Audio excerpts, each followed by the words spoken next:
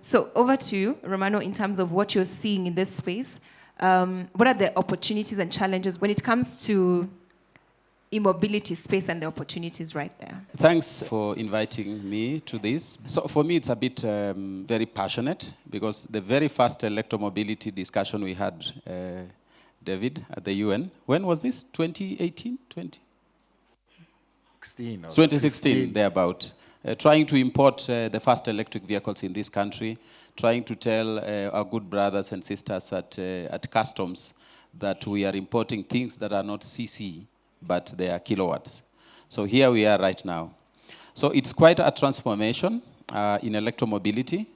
And one of the questions we ask ourselves is, what is going on in electric mobility that really belongs to the youth and belongs to the people?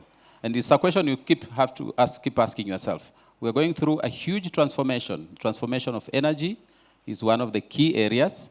Transformation of technology. And I remember one of the topics we used to talk about is leapfrogging into manufacturing with electric mobility. Very interesting. We've never made vehicles in this country, but with e-mobility, it is possible. Both two-wheelers, three-wheelers, four-wheelers, buses are even being made here right now. Possibilities of e-mobility. So how exactly does that become localized? How does it become jobs that are being created here? So it's a huge transformation. But then I would say one thing. As people of this country, what are the documents, what are the areas of reference where we pick identity?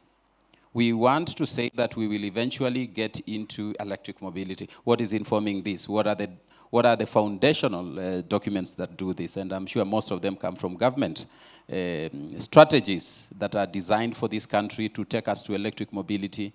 There must be green fiscal incentive strategies. There must be climate change action plan. There must be job creation documents. Unfortunately, the young people who are looking for these jobs have not read these documents. So for that reason, they might not know where do we pick our queue to be able to create new jobs, because you want to create it from a perspective, but what is the underlying document that enables you to do that? Why must you read it? Because it's what forms the foundation of the jobs that we are looking to create. It's what forms the path that, when you talk about government, what is government following? It must be following some document somewhere. Where did that document come from? Probably through some public participation activity that some people got involved in. I remember participating in some activities by the Kenya Association of Manufacturers, where we were members, and it was asking, how do we create green jobs? There are documents that support that.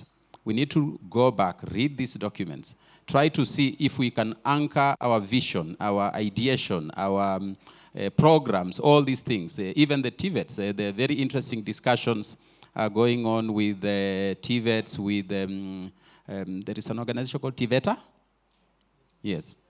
And at that point, we're looking at vocational training institutions, because these are the places where we get the people, the skills that are supposed to come into the green jobs.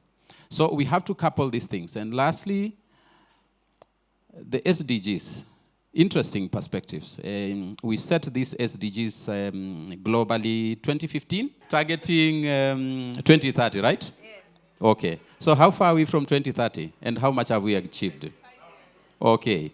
Will we get there? So what is, we come up with very nice ideas, which are quite noble, and then we put a date to it, and we say, by this date, we need to be here. And one of them is Vision 2030, right? Yes. Okay. So all these things are not so far away from us, but we haven't gathered enough traction to actually realize what we set to achieve by that time. So those are quite challenges that we are having. Yeah. So the key SDG for me, number 17. Partnerships and? For goals. For Partnerships goals. for the goals. Awesome. Thank you.